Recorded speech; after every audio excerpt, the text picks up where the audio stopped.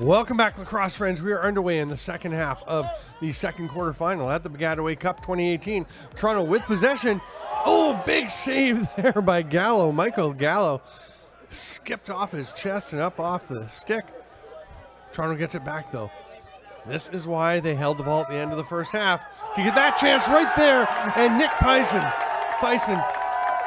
takes advantage, gets the goal to make it 7-2, and that's just a beauty skipper down between the feet. A beautiful shot from Pison. Talked about how effective Barnable has been all year. But Pison, nothing to scoff at. 24 goals, just 1 assist. Obviously a pure goal scorer with those numbers. But with that shot, it's pretty clear to see that he's a pure goal scorer. Yeah, with 20, like you said, 24 goals and an assist, he's probably not passing that ball. No. When he gets that chance to let it fly. And U of T, of course, takes their time out so that they can try and take advantage. Boy, that shot went off of, the original shot went off of Gallo and off the post. A great job to get it back. And boy, that's just a lot of room for Pison. Looks like they were content to just let him take that shot and hope that Gallo can make that save. And he just won a one-on-one battle on that one. Pison, one of the other Americans on this team from Galloway, New Jersey. Yeah. In grad school. So graduate studies are kind to the U of T. Oh, yes. And the thing is, I mean, so many players, so many students will do that. Come to the University of Toronto for grad school. They have so many great graduate programs. It just draws people in. And, you know, if you get the advantage of you get to play lacrosse as well, all the better. Oh, it's pulled back by Jackson. That's a big face-off win for Toronto. That's why you take the timeout. Yep. Is for the make it and take it. And it's scooped up by James Keane, and here's A.J. Masson. We were noticing he's really struggling to move. It looks, as he's walking off, especially when he went from the turf to the track, it looks like he's having some injury issues. Yeah, not looking like himself at all, but he's out here grinding, competing for a Canadian National Championship. Up top to Pison. Baldwin's still down there. Did you notice how long that penalty was? Was it a 3? Because he's been out there for quite a while. I mean, a minute or 30 seconds at least. Oh, there's another penalty. Oh, that one's tipped by Bolsterly. He's going to go to the bench. Slashing call. That may have been a 3 on Baldwin because he's been in there for a couple of minutes. I think you might be right. Now you have Baldwin and Bolsterly. Your two top defenders. Two top defenders. Wow. Sitting on the sideline. Big chance for Toronto. This is a make or break. I mean, if McGill kills this, great momentum from them. Pison lets it rip. The save by Gallo. And he's going to go for a run. Masson trying to put some pressure on. There's the pass. Nobody knows it's coming. He tried to throw it ahead to Ryan Hebert, and Hebert was heading for the sideline and didn't know he's off the field. Not sure if he can come back on. He does step back on, but Toronto's got the ball, and they still are up. Baldwin is kneeling. He'll be out in about 30 seconds. They score, though. Great chance, and Barnable makes them pay. They're not going to take another timeout. They'll just let the first penalty to Baldwin will expire. Bolsterly is in there. His penalty may be just about done by the time we get going again. It's actually A.J. Masson from the outside unloading that shot. Masson.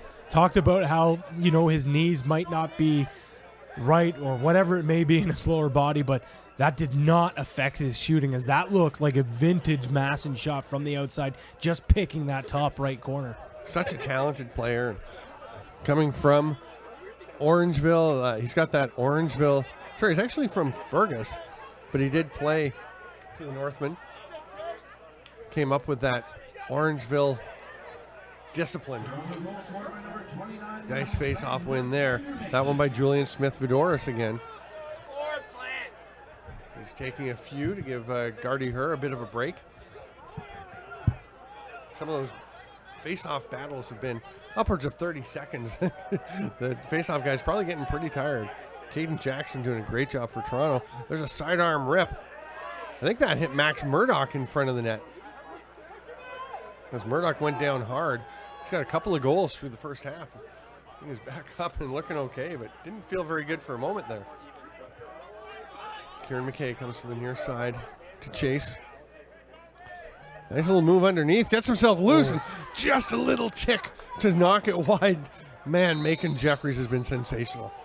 Just enough to put that north of the cage, but what a move from Chase, just creating enough separation and just skying that right over the net. Andrew Chase throws it up top. McKay on the run. Thinking about the shot, will hand it off instead. Here's Campbell. Oh, that's a lovely shot on the run. Just wards off the defender, George Brown, the LSM, and just perfect placement on the run. Not a ton of power, but perfect spot. Perfect spot. Don't need a lot of power when you have accuracy like that. Perfect little question mark dodge as he crosses GLE. Throws that up top, and it looks like Macon Jeffries is upset with himself, but that was a perfectly played shot. He does not need to be shaking his head in frustration. That's just a competitor there expecting the best from himself. Yeah, the Wellington, Connecticut native, Macon Jeffries, wants to stop everything. Garter here is back in, and he pulls that one out cleanly. Grabbed by Brendan Mullen, who's going for a run.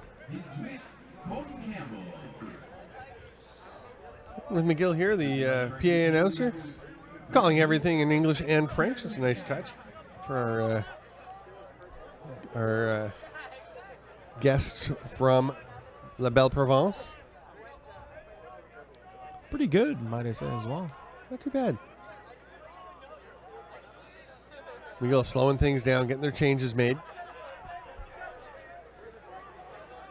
Really the first time we've seen them, or one of the first couple of times we've seen McGill become quite this methodical. They are patient, but they really have been probing to try and attack at all times. You know, Tim Murdoch, the head coach of McGill, would love to get some more goals, get a bit of a lead here, and be able to sub in a bit more, because he was saying they haven't done the Friday night game. There's a shot that misses. Obadia there to get it, but Holmes pulls it to himself. Can he keep it in? No, it just gets over the line. But they haven't played the Friday night quarterfinal since 2007, he was saying? Yeah, the last time, actually, these two teams met. So. Yeah. They're used to having the day off, finishing first in the East, so I think he doesn't mind giving everyone a chance to play, but you got to have a lead, a substantial lead, to do a lot of subbing. Here's a chance on the run for James Keane. Oh, tries to get it to Masson, kind of handcuffed him, got it right in around the face. Nice job by Barnable once again to track it down, then just kind of lean back into Balden. Oh, what a strip by Balden. It's loose, snagged there. Connor Plant comes up with it. Got a flag on the field on the far side. It might be a substitution violation. I think it may have. It looked like the CBO maybe have tossed that. Yeah, David Van Hees is going in.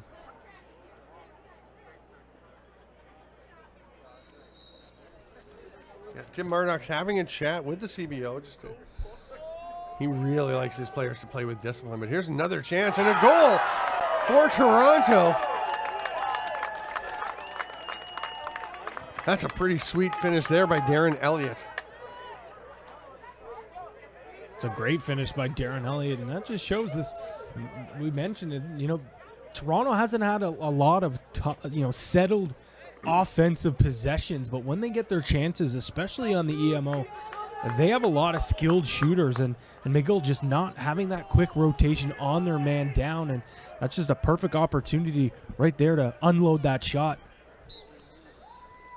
Gardy Herr, again, a great face-off. He's just getting better as the game goes on. He gets a feel for what Caden Jackson is trying to do out there, and that's why Herr is an all-Canadian at the face-off dot. But 8-4, Toronto hanging around. Cougar Kirby really selling that hidden ball trick. They weren't buying it, though. Kieran McKay had it, leaves it here for Zawada. Watched by Sean Power.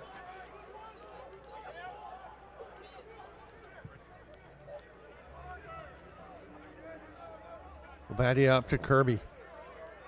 He's got Caden Jackson on him. He's just going to throw it up to Murdoch. Now Kirby will try and go at Jackson. Obadia couldn't quite handle that pass, reaching it with one hand. Holmes knocks the ball loose. Hustling after it. Oh! Samuel Gaskin trying to get the ball as he was slamming on the brakes to not run out of bounds. And that's a tricky one because this surface is a little bit slick. You can tell he was being a bit wary of his footing. Campbell with the pass. Huge save by Macon Jeffries. Ball is loose. Pops out of the scrum. Flag coming. That was a great hustle by George Brown to get out after that ball. What is this call? Slash. Yeah, so Zawada heading off. So another opportunity for this man-up offense to get out there. And they've been performing well. They've been really, really good.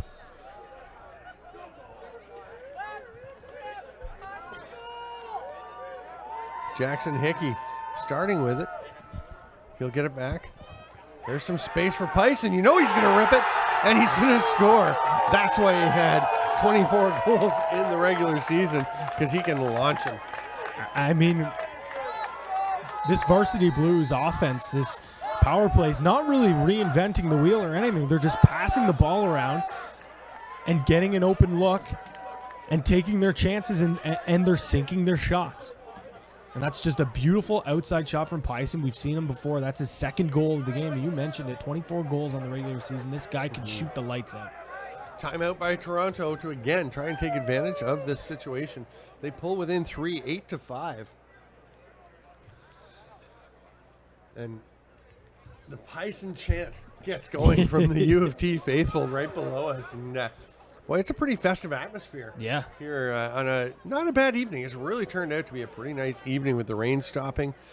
Beautiful venue and a very competitive game from the Toronto Blues. Very, very competitive game indeed. And I think this Varsity Blues team is, played to their game plan. They want to grind things out. They want to play physical, but disciplined. They haven't taken too many penalties. In fact, it's been McGill that's starting to parade to the penalty box. And, with how good defensively McGill is, the Varsity Blues haven't had many chances to create offense when it's a settled, even situation. But once they get on the power play, boy, we have seen some great shooting on display. Shout out to Terry Miller watching the game. Thanks for the kind words about the job we're doing. We love the Baggataway Cup. We've been doing this for years now, and boy, it's a fun way to end the fall lacrosse season here. We've got a couple of days left to go here. We've got another 30 minutes here in quite a battle between McGill and the University of Toronto. Terry Miller, I'm sure, watching Stu Johnson, one of his Kodiaks, Junior C alum. Yeah, the Kodiaks, of course, playing as a Junior C team, playing in the Junior B Championship, the Founders Cup this year. And boy, there's some good stuff happening there. A very young team. They've got hundreds of young players coming out, joining that program, and they are building something pretty special. Ooh, that's an unfortunate. That's huge. That is an unfortunate bounce for Gaskin. So the pass by McGill taps off of Gaskin, and that will turn the ball back to McGill. Had that gone straight out, U of T would have had a chance. Obadia gets the shot off. So unlucky. That ball was going straight out of bounds regardless if Gaskin touches it or not. It's instinct, though, right? It is. No. So hard to pull back and not touch it. Nope. Chase setting up. Campbell down low. Again, Campbell wearing 98 in white. He'll be wearing 00 in red for McGill if they advance to tomorrow's game. If they wear red tomorrow. That would be Western's choice of what color they wear. And then the official visiting team would wear the contrasting color. Another flag down. This time, though, McGill will go to the man-up opportunity.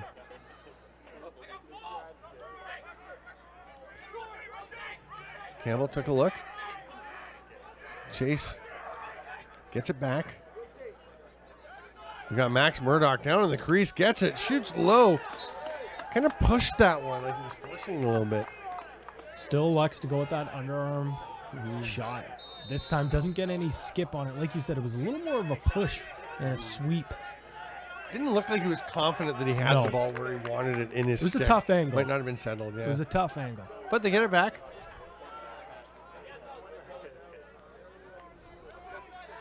McKay trying to work his way past Aiden Gould. They get out on Chase. Nice work by Keene. Still working to get a shot and does off the post. Bounces way out. He'll be grabbed there by McDonald. 8-5 McGill. 7:44 to go. That shot's high and wide. Campbell will start with possession for Toronto. It's just flawless ball movement from this power play of the Redmen. You just got a feeling one of these shots, they're going to sink soon. Yeah, we are back to even strength now. But, boy, the McGill just keeps that ball on the go, keeps it hot. Of course, as Just we even say the- that, it gets held by Liam McDonald for a bit. Yeah, just even that momentum that you do get. Yeah, maybe you don't bury on the power play, but you keep possession, like you say, and you continue to get chances. And this defense on the field is tired. Oh, is that the post or another save by I think it might have went leg then Jeffers? post. Yeah, holy cow. Here's Barnable fighting off the check from Baldwin, but Baldwin manages to turn him aside. That's some great defense on the run back. It's so hard to get the ball away from Barnable. He's so talented. Doesn't mind taking the checking either. Flips it to the man cutting. And back up top to Jackson Hickey. Returns the ball to Emerson. Alex Emerson to Hickey. Hickey, another player, and an opportunity to coach with the West Durham Ironheads. Plays a more offensive role here with the U of T Blues. Is a transition player for us. Very smart player. Masson behind that, it's Barnable. Masson watched by Bolsterly, heads out front, whereas again we have Baldwin, Tanner Baldwin, the All-Canadian, on Jason Barnable, the All-Canadian. This has been a great matchup to watch. Right arm push, trying to open some space. Oh, Barnable created a bit of room, just enough, but Gallo basically took away about the only spot that Barnable had to shoot. And that's just great angles from Gallo, recognizing that's really the only chance and place Barnable could have shot that ball. Picks that up with relative ease. Plant to Campbell. Now Plant's going to head off. Let's get an offensive midi out there.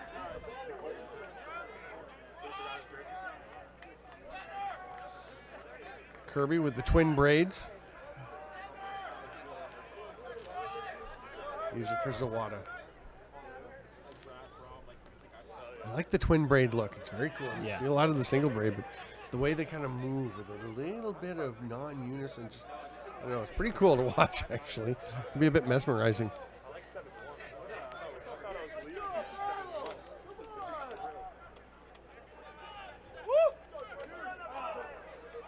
There's Kirby.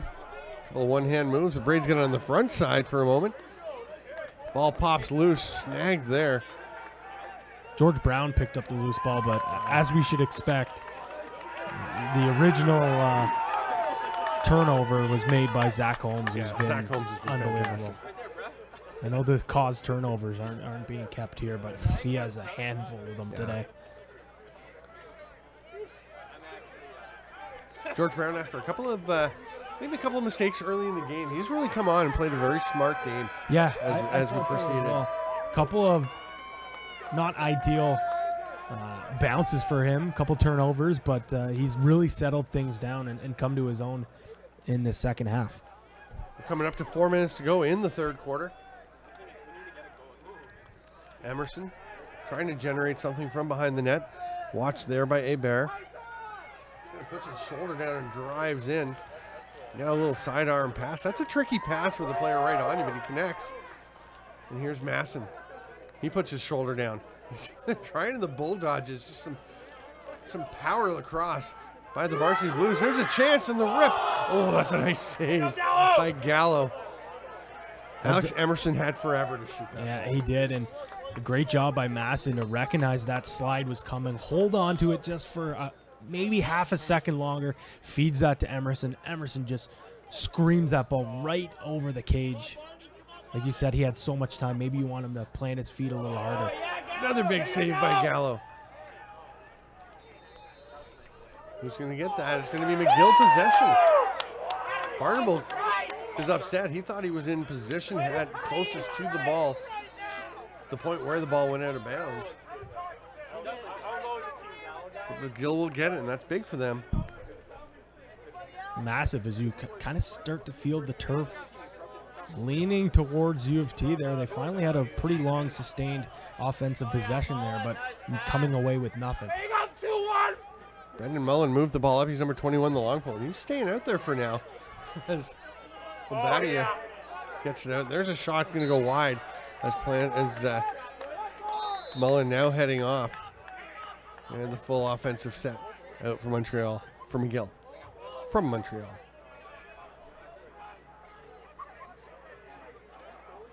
Oh, switching hands and blasting one. Andrew Chase, so dangerous when he can get his hands free, and he generated the free space for himself there. Yeah, he generated the free space, and it was a nice little bump screen there from Max Murdoch. Obviously, in the field lacrosse game, the picks have to be completely settled and not as much context as you see in the indoor box lacrosse game, but just enough little separation there that frees up space and just lets it fly there is Andrew Chase.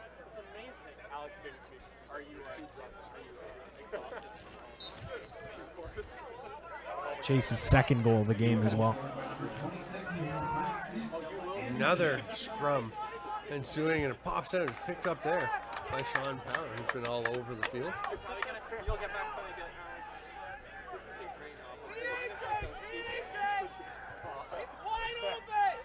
Bumped by Matt Karastecki. Hands it off to AJ Masson. There's Baldwin on him, so I wonder if they're going to look to Barnable, who's got a... Well, he's got Bolsterly watching nice slide. him. That's a great slide by Bolsterly. Taking away the opportunity to pass to Bolsterly, to Barnable. Yep. Now they get to Barnable, and immediately Bolsterly is there. And again, Barnable just puts the shoulder in. Toronto clearly trying to initiate contact with the McGill defenders rather than letting it be the other way around. Oh, a tennis racket shot attempt by Elliott. Nice effort, but Gallo was ready for it. Here comes Bolsterly.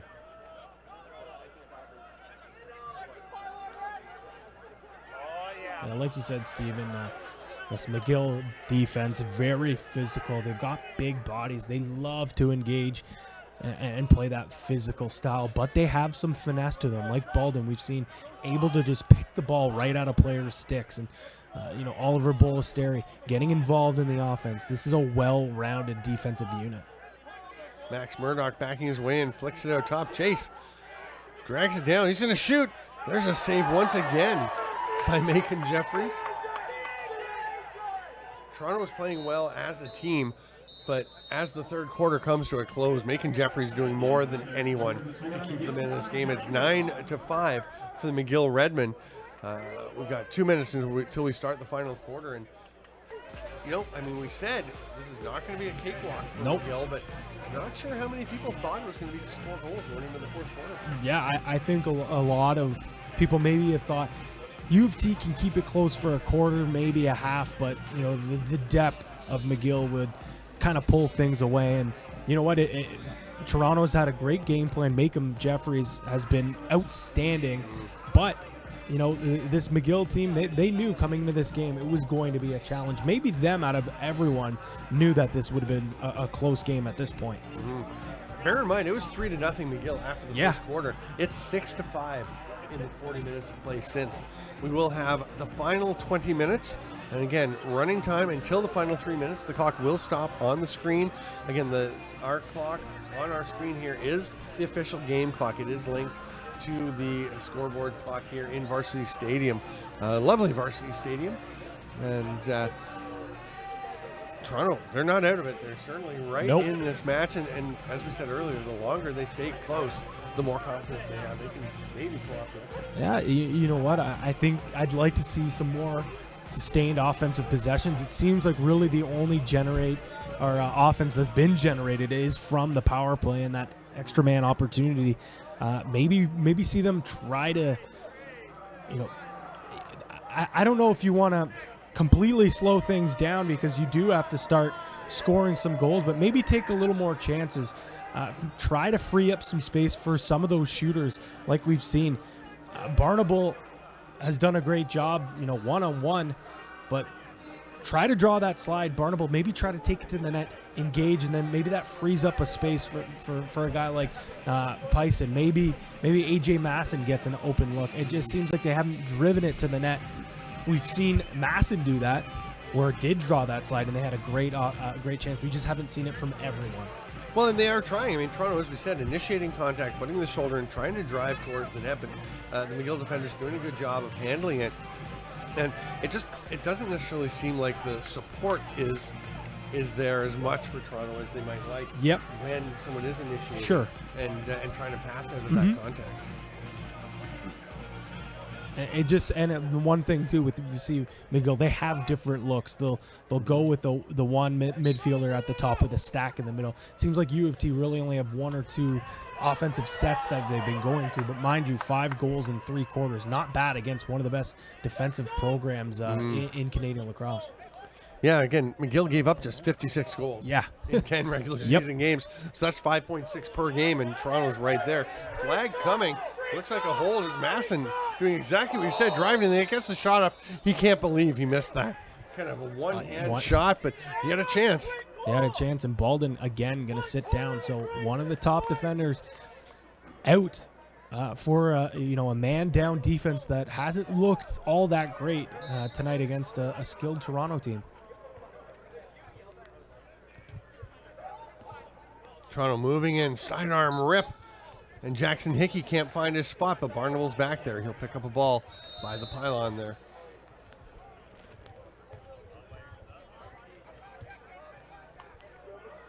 Oh, that pass gets away. Who's going to be able to get control as it gets near center? Obadia, step back over center, I thought. Did he not step over the line? It was really close. I thought just the left foot came across. Maybe it didn't touch. Yeah. It looked to me like it did, and he pushed off, but it was very close. Fischel was down in position just to the far side of center, so that would have been a big play. Huge. He steps over. Rusty gate check attempt by Jackson Hickey, but Campbell runs right through it, takes the shot, and Obadia will take a ball off the back line as McGill will restart with possession, and Baldwin is released. We're back to even strength. Roland Mullenberg had gone out to play some defense while Baldwin was in the box. And there is McGill breaking the hearts of the Toronto Varsity Blues after Toronto had the opportunity on the extra man opportunity, and McGill immediately following gets a goal. How many times do you see that one team get a chance at the other end, play goes down the other end, and the other team makes the other team pay, and it's usually a skilled player that ends up cashing in, and that's exactly it, as Liam McDonald scores his 3rd goal of the game.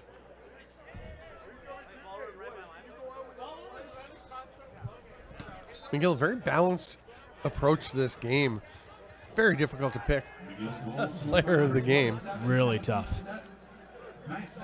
Here's Obadia.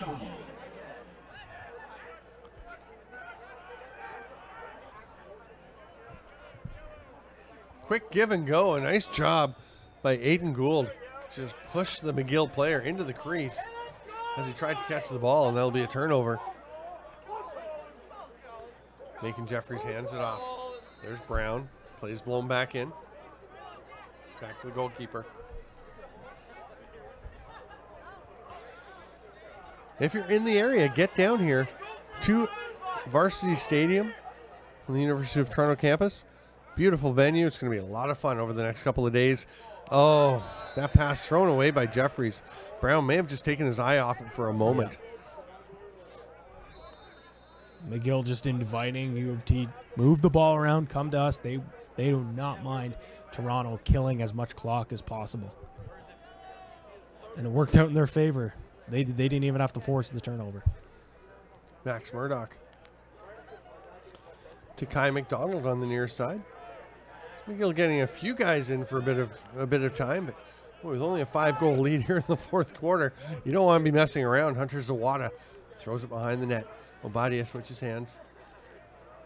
Back to his left and comes out to Murdoch. Murdoch trying to create some space. Good job by Samuel Gaskin to cover him. Now McDonald.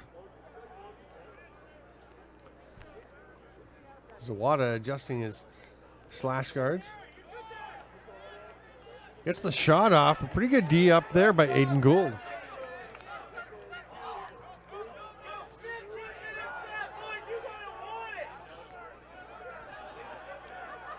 It's a chance. Oh, just missing. I'll tell you, Sean Power was going to get back up over center to get the long pull back. He was a little hesitant, and that really kind of opened up that chance for McDonald. And here's a little sidearm shot, and Hunter Zawada can't believe he missed that one. They will get possession back. Campbell starting with it. Watched there by Gaskin. Just runs out to generate a shot, but misses the net. It'll be picked up by Obadia. They're going to run out of balls back there. Got a pretty sharp crew, though, keeping the balls active along the back line, in position for the players to grab. A little push pass behind the net. Bouncer. I'm not sure it was meant to be a bouncer, but it did get down low. Then the one-hand shovel pass. McDonald. A little shake and bake. Gets the shot off. A pair of McGill players near the back line to make sure they get possession. Speaking about all the different looks the Redmen have up their sleeves, now going to a 2-2-2. We've seen all different looks, and that just is because how many depth pieces they have. They're able to play all different styles of offense. Max Murdoch. Puts his shoulder down, tries to drive through his defender. Actually knocked Zach Holmes down, but wasn't able to get. He actually wound up falling down with him and on him. McDonald will slow things down. Max Murdoch goes to set a pick.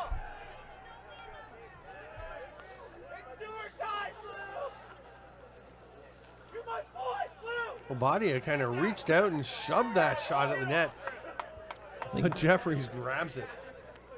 I think James Keane maybe had a little bit of a lift on that follow-through from Obadia, but regardless if he got enough stick on it, kind of an awkward release from Obadia, a guy who has such a nice natural release on his shot. True. McGill with the patient ride. Oh, and then the pick-off by Bolsterly. Pass to Murdoch. Oh, he gets flattened by James Keane. No flag. That's a perfectly good hit. Shoulder to chest. Max Murdoch has no problem. He pops back up. Not going to let Keane see that he rattled him.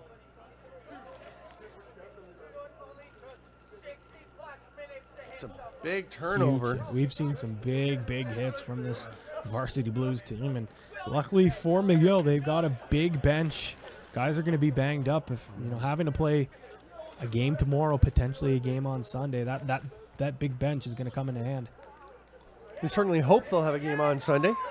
The winner of this game again will face the Western Mustangs, the two-time defending Baggataway Cup champions. For sure. Tomorrow at 4 p.m. Trent and Brock at 1 p.m. tomorrow. Get down here to Varsity Stadium, or if you can't get here, join us. All the games live on Lacrosse TV. Thanks for being with us. Just a reminder, this game is copyright broadcast of Lacrosse TV and the Canadian University Field Lacrosse Association. No rebroadcast or retransmission in any form is allowed without express written consent of Lacrosse TV and Kufla. Thanks for being with us, lacrosse friends. I'm Stephen Stamp with Pat Gregoire, Max Murdoch. Again, McGill sitting in the 2-2-2. Slightly amorphous as they shift about. Switch hands, another save by Jeffries. On that shot by Campbell, Obadia gets it back and takes a shot. That one goes off the foot. I'd love to know what the save total is at the end of the game. At halftime, it was 10, and I think he's maybe made more saves in this second half. He's been spectacular. We were talking at halftime. Everyone kind of in the hallway was like, yeah, making Jeffries. He's been great. He's been fantastic. I'm still a big fan of the game that Zach Holmes is having. Yep. But I don't know how you would not go with Jeffries at this point. No.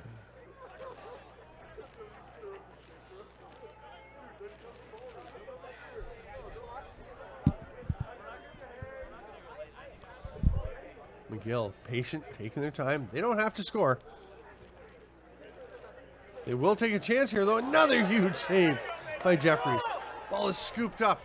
Nice pass ahead to Sean Power. Toronto pushing with pace in transition. Comes back to Power. Molenberg out in D. For McGill in the middle there, number 48. That's Andrew Chase picking up Sean Power. Not able to get off the field. Now Power's going to go and change, and Chase will chase him down. Sprints over to let Ryan Hebert get back and play some D-midi, as he is so good at.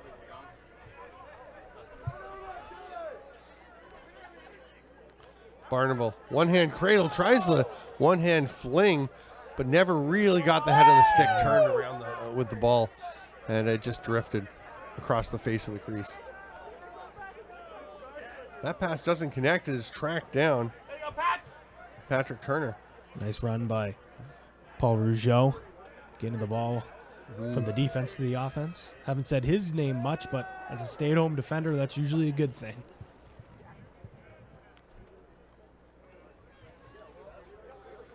McGill with possession. Campbell spinning out from behind. Thought about making the pass to the cutter. Didn't think it was there, obviously, for Ian McLeod, so they're going to move it around again. Kai McDonald. It's Ward's off with his free hand, but it's knocked loose. George Brown.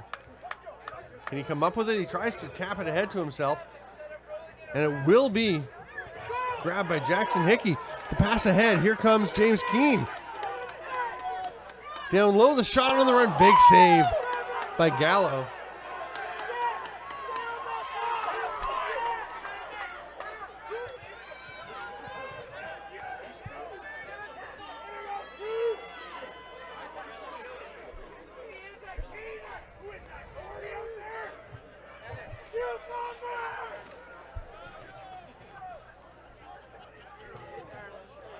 Toronto setting up. They've got 8 minutes and 43 seconds to try and get these 5 goals back, and that's not going to help as they turn it over. And Connor Plant will start with possession for McGill. Dodges to the middle of the field. Thought he was going to go along the sideline. So did Darren Elliott, and that helped him just make some space to get out into the middle.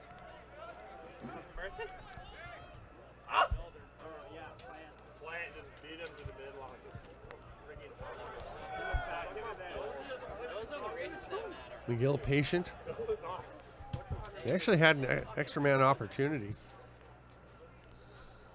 But they're going to take their time and a drive to the net. Oh, what a goal by Patrick Turner as he is being checked hard. But manages to fight his way through the sharp high-to-low bouncer. Gets up into the top corner of the net. That's a big goal for McGill to extend their lead to 11-5. Turner with the finish. Turner with 4 points on the night now, and I mean, you look down the scoring sheet here today, so many players with multiple points, and that's kind of the MO of this McGill offense. Just so many different weapons. No one really running away with a huge amount of points, just everyone chipping in, and that's what makes this team so hard to game plan against. Another extended battle. Jackson and her. It's a violation against Caden Jackson. So guarding her. We talked about how he's been getting stronger and stronger. Jackson continues to battle it up in there.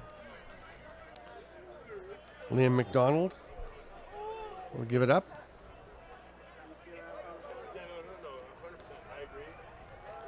Again, McGill can be very patient. Toronto's got to come out and press if they want to make something happen. And you can see the thought process right there. It's hustling out as James Keane. And they're going to get possession. Holmes will scoop it up. He's going for a run.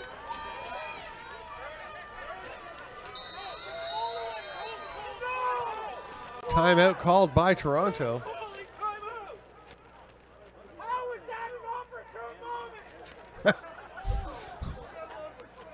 one of the fans below us, who fueled by some warming liquids, I believe, yelled, "How is that an opportune moment?"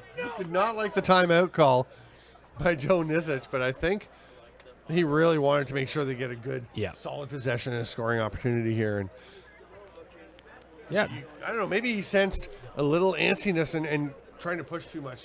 It looked to me like Toronto was going to go after that. Yeah, absolutely. And I think there's been times in this game where Toronto maybe has pushed to the net a little too quickly. And I don't hate the timeout call there as much as our friend below the media booth does, but nonetheless, a timeout here. They'll get the offensive settle here because 6 minutes, 6 goals here. It can be done, but with the stout McGill defense, it's going to be a tall task. Yeah, I mean, when you've got 5 in 74 minutes, getting 6 in 6 seems Yeah. like it might be a bit beyond reach. Yeah. We'll see.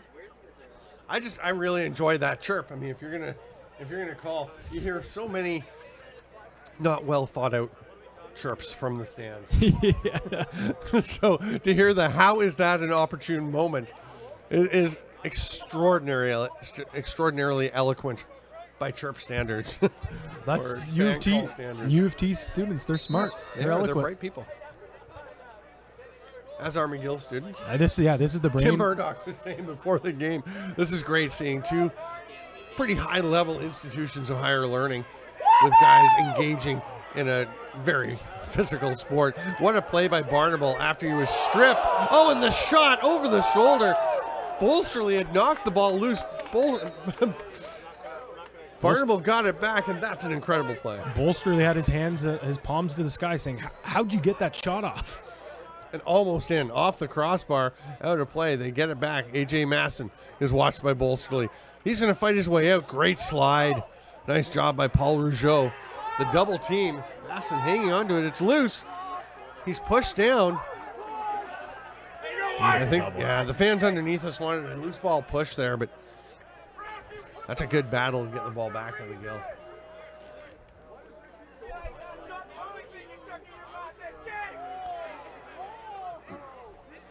Pressure by Neal, and Max Murdoch's going to fight his way through it.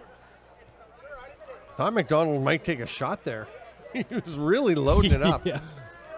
5 minutes to go here in the fourth quarter. Again, the clock will stop on screen and in the stadium scoreboard with 3 minutes to go.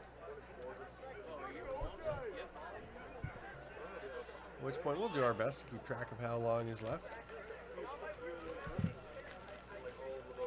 There's a shot. That one stopped once again by Macon Jeffries. The first-year student at U of T from Willington, Connecticut. Boy, he's got a bright future.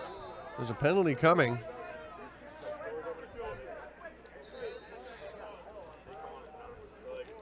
Max Murdoch's body language is saying that he's not very happy. Is it him that's getting the call? It looks like it as he's trotting off and he was discussing with one of the officials. And you can see from on the far side that Patrick Turner has just lobbed the ball across and Toronto will get possession. I was just going to say great shot, great chance by Murdoch using his big body and leans into his defender. The defender goes for the check. He just kind of rolled through. Great shot, just missed the corner, but obviously as the play was going on in frustration, takes that slash there. So Toronto with another chance. Masson almost got away, but the sidearm ripped. That one did get away from Jackson Hickey, but Barnable will have the ball. Oh, actually, we've got two players with balls. Smart play by Barnable to leave his behind as Elliott starts possession. There's Pison, shoots. That was a pretty easy save for Gallo. Not where Pison was trying to get that one. Here's Baldwin. He's already got one goal in this game. Is he going to go for another one? Or is he just going to try and hold the ball? He's going to lob it back up. Smart play up to Plant, and he'll head back over center. Very smart play by Baldwin. Baldwin has the speed to almost create enough separation to try to take in the net. Instead, gets it to save territory. Torrey Duplant and decides just to slow things down and try to chew up as much clock on not just the penalty, but the game clock as well. Yeah, and I mean, that's obviously the smart play is to hang on to the ball, keep possession. Saw last week in Trent's playoff game against Ottawa where one of their forwards, Cam Garland, had a chance to shoot late. And There's a chance and a save again by Jeffries. But one of his teammates, I can hear him screaming from the sideline, no, no, no, no, no. And Garland pulled it in. They held on to the ball, killed out the clock in the final couple minutes of the game. So possession so valuable here. What a great strip by Samuel Gaskin, but McGill gets the ball back. And there it's loose. George Brown picks it up. He's running the field. Slows things down. Looking for someone to help. Gotta be patient and composed, and he is. We're into the final 3 minutes of this game. Brown still with the ball, and McGill's quite content to let him have the ball and run around. Now he's going to whip a sidearm pass. He might have gotten away from Christian Westphal, but Barnable comes up with it. He's watched by Rougeau. That pass doesn't connect. Great hustle by Bottomley, though. And he helps Aiden Gould come up with the ball. Let's go! You have to shoot! Now it's down to 6 goals in about just under 2.5 minutes.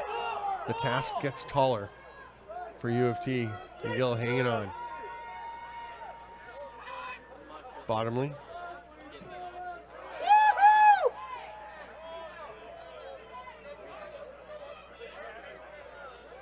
Andrew Chase tracking forward. Nice pass just before the wrap check came. It will be U of T possession after that shot from Barnable gets wide. Here's Masson coming out from behind. Picked up there by Mullenberg and scores. AJ Masson fights his way through, just bullies his way to the net and bangs that one home. Gorgeous goal from Masson. Might be a little too late for this Varsity Blues team, but Masson, clearly you can see, is banged up. But when he's moving at full speed, he is a tough body to move. Just throws that little inside roll and tucks it home. Some great skill from a veteran player in AJ Masson.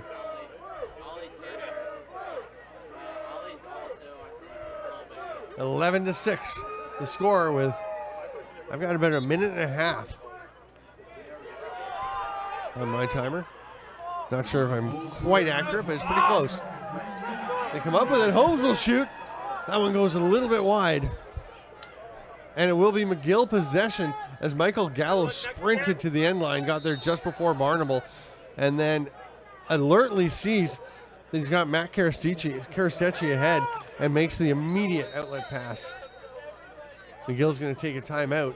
Yeah, that's a perfect hustle and headsy play by Gallo, recognizing the shots going behind. Make sure he's the first guy to that ball. And like you said, not only that, continues the play, recognize Karastecki's all alone, just throws a perfect dime pass. We've talked about how good Jeffrey's been in between the pipes, but Gallo has been no slouch either. Yeah, he's been excellent. Stay with us. We will announce our players of the game afterward. We'll keep the stream going so you can see the awards presented. And we'll start getting ready for tomorrow. We've got 2 more games, the semifinals coming up tomorrow on Lacrosse TV from the Baggataway Cup here at Varsity Stadium at the University of Toronto campus. I'm Stephen Stamp with Pat Gregoire. Thanks for being with us. Tomorrow at 1 o'clock, Trent University plays the Brock Badgers, 2 9-1 teams. And it looks like we'll have a second matchup of 9-1 teams. McGill Redmond against the Western Mustangs, the 2-time defending Baggataway Cup champions, at 4 p.m. Yeah, those are going to be 2 fantastic lacrosse games. I know we've talked about the depth and the parity in this league, but those top 4 teams have been the top 4 best programs. And not just this year, but the last few years, you could say as well. You put Guelph in there. Yep. It's certainly competitive. Not as strong a season this year for Guelph. No. Definitely. You saw that in Brock beating them 14-7 in the regular season, and then 13-6 in the quarterfinal. We're back underway. McGill with possession as we enter the final minute of play. It's an aggressive check.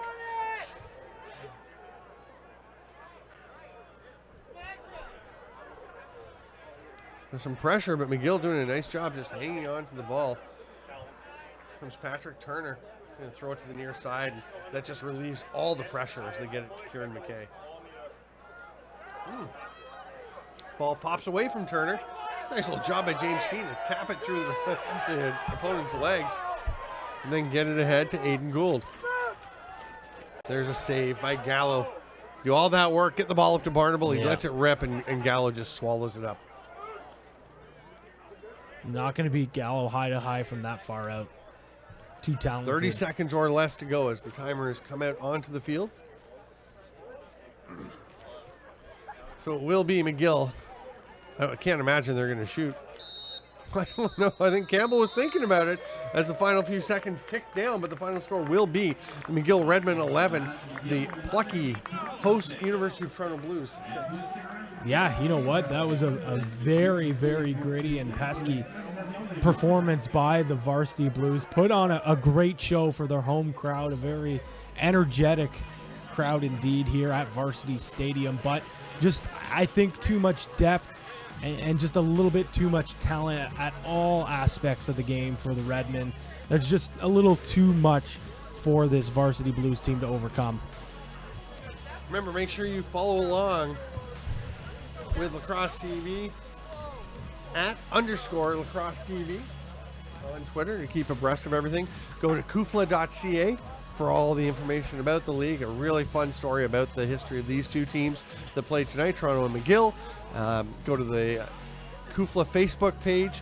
Everything's loaded up there as well if you can get to it, and join the conversation. Let us know what you think.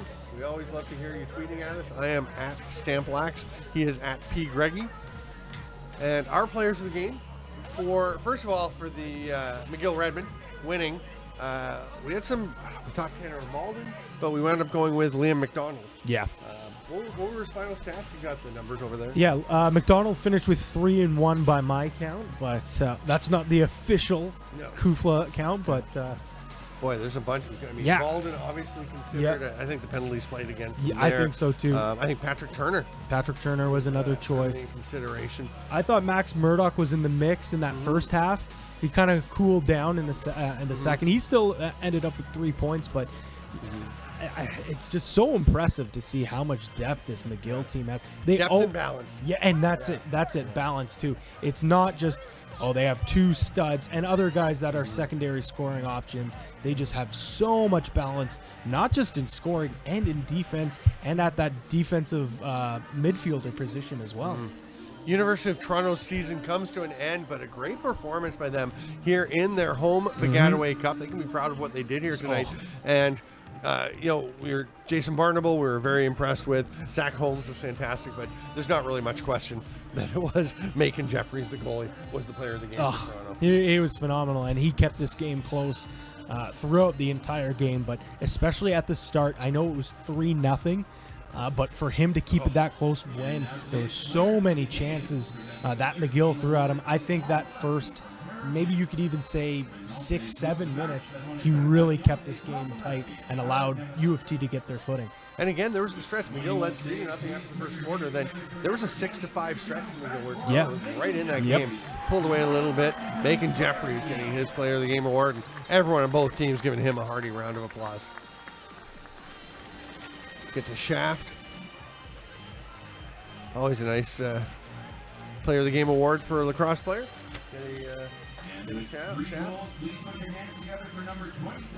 And Liam McDonald from McGill. So we're going to wrap things up. I am Steven Stamp. He is Pat Gregoire. It's been our pleasure having you with us on Lacrosse TV to watch the 2018 Baggataway Cup from the University of Toronto's Varsity Stadium. Tomorrow, 1 o'clock, Trent and Brock. 4 o'clock, Western and McGill. It is going to be a great day of lacrosse. Make sure you're with us here on Lacrosse TV for the Baggataway Cup.